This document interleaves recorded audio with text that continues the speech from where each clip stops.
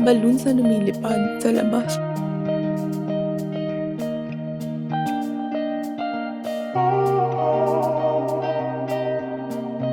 Hey guys, what's up? It's Eunice and welcome back to my channel. So for today's video, I'll be sharing some of my favorite products that I've been trying out this year. Matagal na since my last favorites video. I think it's been a year kasi my last one was my May favorites yata. Was it May? So I've been doing a lot of reviews recently and a lot of these, either hindi ko pa siya nagawa ng review pero ginagamit ko siya behind the scenes, or some of it nagawan ko ng review pero sobrang nagustuhan ko talaga and I just keep using it for every day. Almost halfway through the year and ang dami kong na-try na products this year na I just wanted to share with you guys because they just make my life so much easier. Wow! Ganun ka grabe. Anyway, I'll be talking about some makeup favorites, skincare, and some fashion favorites as well. Wow, never pa ako nagkaroon ng fashion favorites. But for this month, I'll make an exception kasi sobrang nagustuhan ko yung mga items na to. So let's start off with some makeup favorites, and I have two base products that I've been loving, and that's the Lights Camera Action Super Face Zoom In Mesh Cushion. I just filmed a video on this product, so I won't really dive into it too much, but what I like using it for is for days na nagmamadali ako and I don't have the time to get ready in the morning. Because this has SPF, it's also moisturizing, and it has coverage. Ito na yung ginagamit ko. Pero it's not something that I would use kapag alam kong may lakad ako, ganyan. It's more of like an everyday product. It's just something that I would use if I'm running to the grocery store, mga daily activities, not necessarily like brunch out with my friends. Kasi kapag ganon na occasion, I would go for this one right here. This is the Chanel Le Beige Foundation. It's water fresh tint actually, hindi pala siya foundation. So mas close to sa no makeup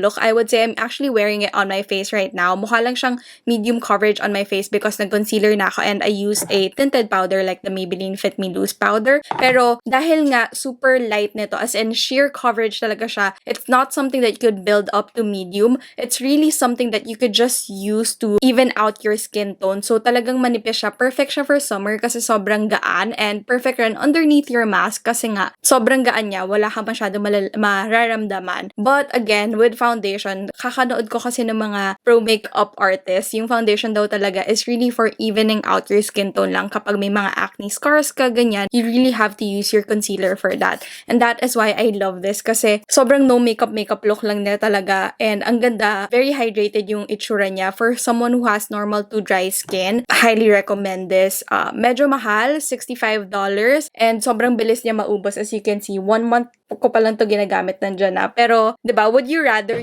buy something na hindi mo naman gagamitin araw-araw or spend on it, pero magagamit mo for everyday? So, yun. I don't know if I'm gonna repurchase this. Siguro iintayin ko mag 20% off siya sa Ulta kasi sobrang mahal niya. $65 for how many fluid ounces is this? 1 fluid ounce naman siya. Pero, I don't know what it is. Sobrang bilis niya maubos for me. And kapag ina-apply ko siya sa skin ko, para talagang water, and it's very refreshing. So, perfect siya for summer. For winter, siguro, I could live without it. Pero for summer na ang dry and sticky ng feeling outside and nakakatamad mag-foundation, I highly recommend this kasi lightweight again. The way that I like to apply this is I start off in the middle of my face, which is my nose area where I have a lot of discoloration, para ma-focus doon yung product, and then spread it out na lang. Kasi yung outer area naman ng face ko, hindi naman kailangan na masyadong madaming foundation, ganun.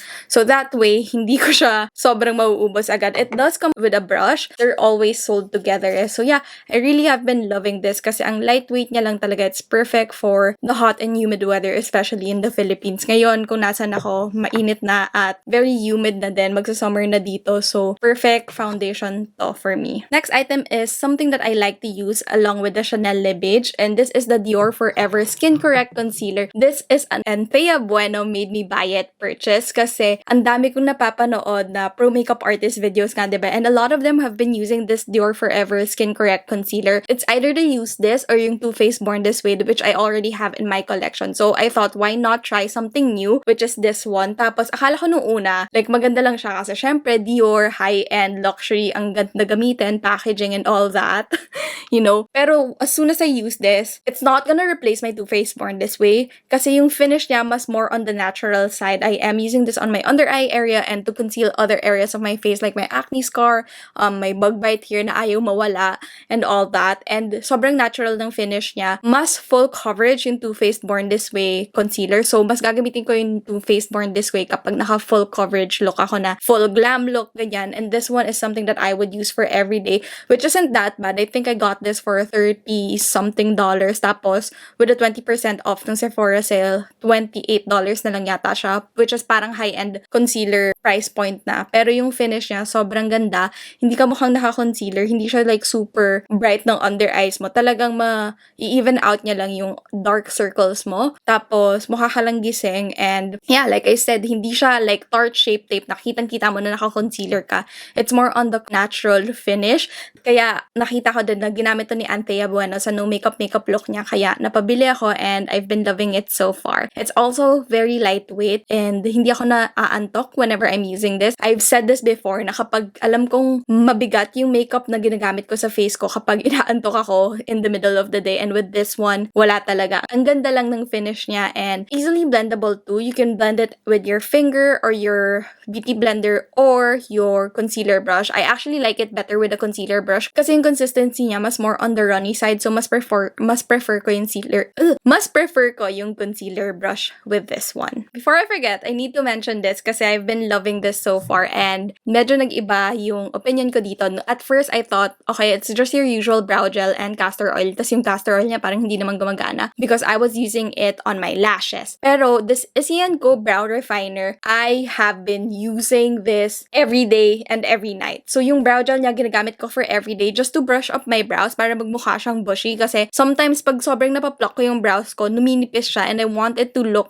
clean and bushy. So binabrush ko lang siya paakyat. Tapos doing so, it will also show me where to fill in my brows, yung mga sparse areas niya, ganyan. Tapos smooth out ko na lang after. I like this kasi even though it is a brow gel, hindi siya mukhang gel on your brows. Parang wala kang nilagay sa brows mo afterward, pero your brows actually stay in place. A lot of the other brow gels that I've used before, while it keeps my brows in place the entire day, you can really see na it has some gel in it, which I really don't like because I'm really going for that more of natural makeup look, which is not exactly this one kasi wala namang glitters yung natural makeup look. Pero, alam mo yun, yung naka-makeup ka pero hindi siya sobrang kitang-kita na naka-makeup ka. Yung maganda pa rin and parang soft glam, ganyan. So, that's why I love this. Tapos yung castor oil niya, ayan, sobrang nagamit ko na siya. It's because I use it at night. As in, every night, I apply this on the sparse areas on my brows. And napansin ko, a lot of times, kahit hindi tinted brow gel yung gamit ko sa eyebrows ko, kaya ko lumabas ng bahay kasi filled in na siya because of the castor oil. Talagang,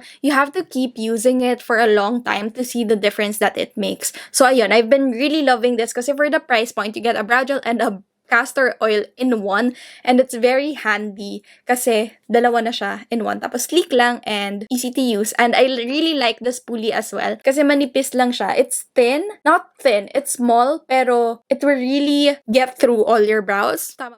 The Generation Happy Skin Glossy Tint. So, ang daming beses ko na to na mention sa inyo, pero this one is my favorite shade so far. So far. This is in the shade Bud. Mas more on the muted brown siya, pero hindi siya mukhang like stark brown na terracotta brown. It's more on mas pink and healthy siya, pero mas mukhang natural. I really like using just this. Tapos, hindi ko siya masyadong nilalather all over my lip. What I like to do is just dab some product in the middle of my lip, tapos tinatap-tap-tap ko na lang all over para mas mukhang natural and flushed siya. Hindi siya masyadong precise na lips. And that is what I've been loving so far. With this product then, what I like to do lang is make sure na at the beginning of my skincare routine, I apply a lip balm and then this. Tapos I'm good na for the rest of the day. It doesn't dry my lips out. It just gives it a nice, natural, healthy glow to my lips. This is the Hourglass Scattered Lights Eyeshadow. And dati ko pa gusto bilhin to, pero finally, ito na, na-try ko na siya. And now I know why everybody just loves this. Ang ganda niya as an eyeshadow topper, as in, usually naglalagay lang ako ng transition shade, tapos ito lang yung nilalagay ko all over my lid, tapos na ako. It doesn't budge at all. Talagang walang fallout, even though sobrang shining, shimmering, splendid niya. Hindi ako masyado mahilig sa glitter when it comes to eyeshadow, kasi naranasan ko na before na parang puro glitters yung all over my face.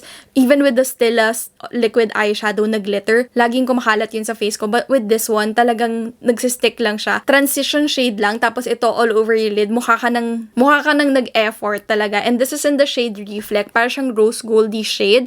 Again, that's what I'm wearing on my eyelids right now. And like I said, sobrang dali niyang gamitin. As in, eyeshadow primer. Tapos set mo yun. Tapos itop mo lang to with your ring finger. Okay ka na. You don't even need to use a brush. You don't have to do the wet technique. You don't need a glitter eyeshadow primer. Sobrang dali niyang gamitin. A lot of the products that I mentioned and that I love is something na you could use na mapapadali talaga yung buhay mo. And again, this Hourglass Scatter Lights eyeshadow, sobrang... Okay, now for some skincare favorites. I have a couple of moisturizers that I've been loving. And the first one, I'm sure alam niyo na kung ano to, the Happy Skin Hyaluronic plus B3 Boost Water Skin. I have been loving this because sobrang similar niya talaga dun sa Tatcha Water Cream na sobrang gusto ko pero sobrang mahal niya. 3,000 pesos yata siya for one tub. And this one is only 800 pesos. Mind you, mas onti yung laman nito. Pero if you add it up and gusto mo matry yung Tatcha Water Cream, I highly recommend this because for me, it just does the same thing. Same consistency, same feeling that I get with my skin. It's very hydrating pero ang nipis niya lang. So I would say, even if you're normal or oily skin, magugustuhan mo to kasi hindi siya too hydrating na magmumukha kang mantika sa face mo. Pero it's really... parang nagsisip in talaga siya sa skin mo kasi nga manipis yung consistency niya. Mas madali siyang ma-absorb ng skin mo to get ready for like makeup application, ganyan. Tapos yung finish niya afterward, whether I apply a satin or a matte foundation on top of it, talaga makikita mo yung radiance niya na lumalabas. So I really, really love this. Feeling ko mabilis ko lang siya naubos dahil ginagamit ko siya nighttime tsaka daytime when I was using this. Pero ngayon, nakadiscover ako ng bagong favorite ko na moisturizer for the nighttime and it's a combination of two products. So these two products right here, ang sobrang nai-in-love ako right now. The Inky List Peptide Moisturizer and then the La Roche-Posay Cica Balm. So itong Inky List na Peptide Moisturizer, it's very identical to the Drunk Elephant Polypeptide Moisturizer. Same yung container niya, parang may ipapump po dito, tapos lalabas dyan yung product. So what I like to do is actually mix in some Cica Balm. So half and half yung ginagawa ko, tapos minimix ko siya dito sa top and then I apply it at night. So far, nagustuhan ko siya kasi when I wake up talagang supple ng skin ko and well hydrated. Ever since I started using this, parang when I wake up, parang ang bright lang and ang fresh ng skin ko. So I really, really love this combination. I have been loving it. I think this is my perfect nighttime moisturizer na talaga. I don't think napapaltan ko siya anytime soon kasi very affordable din yung combination na ito. And of course, something that's very important, sunscreen. This is the Lux Organics Aqua Daily Sunscreen and I love this kasi sobrang nipis niya and it also replaces my moisturizer during the summertime. Kapag summer, hindi na ako nag-a-apply ng moisturizer underneath my makeup, especially with the makeup that I'm wearing right now. Ang gamit ko lang is this Aqua Daily Sunscreen tapos dumiretso na ako sa Chanel Le Beige Water Fresh Tint na to. These two together, kaya siguro ang light ng feeling ko kasi wala akong masyadong layers on my skin. This sunscreen is also moisturizing na din, so I don't see the need to use a moisturizer on top of it pa. But kapag kunyari winter, mas malamig na months, gumagamit pa ako ng moisturizer. Pero for summer, sakto na to. So I would say na kapag sa Pilipinas ako nakatira, ito lang gamit ko okay na kahit wala na akong moisturizer everyday kasi sobrang moisturizing nito and SPF 50 pa. It's also like water when you apply it on your skin. So sobrang refreshing niya. It doesn't have that sunscreen smell and of course SPF 50 sangka pa, diba? It's also very affordable. I think below 500 pesos lang to. So for a sunscreen that's very lightweight, something that you could use underneath your makeup, highly recommend the Lux Organics Aqua Daily Sunscreen. Okay, last beauty product. So something that's TMI pero since mainit na nga, I mentioned this before na din. So pinapawisan na ako all the time and I need a deodorant that's going to be able to, hold not necessarily the sweat in kasi parang masama naman yun kung hindi ka pinapawisan but more of mawala yung amoy ng pawis. So I've been looking for a nice natural deodorant that can do that pero a lot of the ones that I've tried before pag winter time or malamig okay naman siya but come summertime na mas pinapawisan ako parang I need to reapply it in the middle of the day and I'm someone who doesn't like reapplying products on her except for lipsticks. So nung pinatry sa akin ng friend ko to si Jelly, thank you Jelly for recommending this. This is the Nivea Natural Balanced Deodorant. So, Mint Bio Aloe Vera. It has 0% aluminum. So, more on the natural side din siya. Tapos, roll-on to. And I'm not a fan of roll-on deodorants talaga kasi feeling ko ang sticky-sticky niya. But for some reason, eto, feeling ko, parang lalagay lang ako ng water sa kilikili ko. As in, sobrang refreshing niya and hindi siya nakakaitim. I've been using this for almost a month now and wala namang darkness na nakita ko sa kilikili ko. A lot of times kasi, diba, parang yung mga ibang deodorant, kapag hindi siya whitening, nakakaitim siya. With this one, parang water lang siya. I guess kasi hindi siya super tapang. Really, talagang deodorizes my armpits. Talagang if I use this, tapos nag-workout ako, wala kang maaamoy. Pinapawisan ka, pero wala kang maaamoy. And yung scent niya, hindi rin siya matapang. It doesn't bother me. It's really just a refreshing, nice deodorant that you can use during the summertime. Again, it's natural and it does the job. So, saan ka pa, diba? So yeah, I've been loving this Nivea Natural Balance Mid Bio deodorant. So those are all the beauty products that I've been loving this month. And now for fashion favorites. First fashion favorite is this bucket hat. Nabili ko lang to sa Urban Outfitters and I've been loving it. Yung dad ko kasi may bucket hat siya. Nakuha niya ng Christmas. If you guys watch my what we got for Christmas video or like opening gifts vlog, nakita niyo doon na nakakuha ng bucket hat yung daddy ko and sobrang nagustuhan niya. Tapos na nasa downtown kami, ang init. Tapos wala akong sunglasses. Tapos naka-bucket hat yung daddy ko. Nag-Urban Outfitters kami. Nakita ko to and I really like it kasi cream color siya. Ayan, tapos I like how it's not too wide kasi minsan pag nagbo-ball cap ako parang masyadong sporty yung itsura niya. With this one, kaya ko siyang gamitin even my sundresses, ganyan. Tapos it adds a little bit of the thing sa outfit ko na parang I'm trying pero I'm really not trying too hard kasi nag-bucket hat lang naman ako. So I really love it. It's also very lightweight. Tapos I could also use it at the beach. So I've been loving this. It's just a nice, actually dati akala ko hindi babagay sa akin to pero for some reason parang ang cute niya lang na final touch sa outfit mo. Ayun. So ayusin natin yung hair ko kasi nagulo yung nag-bucket hat ako. Sobrang pawis ko na. Last item, I know you guys, alam niyo na to. Ito, yung kakabili ko lang na Toiletry 19. So, I've been loving this kasi it's a nice catch-all for my bag. So, my bigger tote. As in, organize niya lang lahat ng kailangan ko in there. So, I have my medicine, lip balm, lipstick, may nail cutter pa ako, ganyan. Ito lang yung nililipat-lipat ko talaga kapag gumagamit ako ng iba't ibang bags. And I showed you guys this na before, na yung binili kong organizer, may D-ring siya. So, I can use it as a crossbody then. So, if you're someone na gusto nyo dive into luxury goods or like designer products, tapos naghahanap kayo ng first piece, I highly recommend this kasi not only you can use it kapag nagta-travel ka as a pouch, pwede nyo rin siyang gamitin as a crossbody bag and it does the job. Sobrang perfect ng size nito for someone like me who's 5'2" kasi hindi siya masyadong malaki. It fits all my essentials and hindi rin siya high maintenance kasi yung canvas material niya is the classic monogram. So, even if umulan, ito lang yung i-worry mo. Talagang dumating sa point na I had to force myself to use my other bags kasi sobrang malalaspag to if hindi ko siya ni-rotate. Ganon. So, a lot of times kasi when it comes to bags, kapag isa lang yung ginagamit mo, sobrang malalaspag na siya. So, what I like to do is ni-rotate ko siya. And this has been a good, bag that I can use to run errands and kasya na lahat ng gamit ko. So, yun. That is everything that I've been loving. Thank you so much for watching this video. It was great catching up on all these products that I've been loving.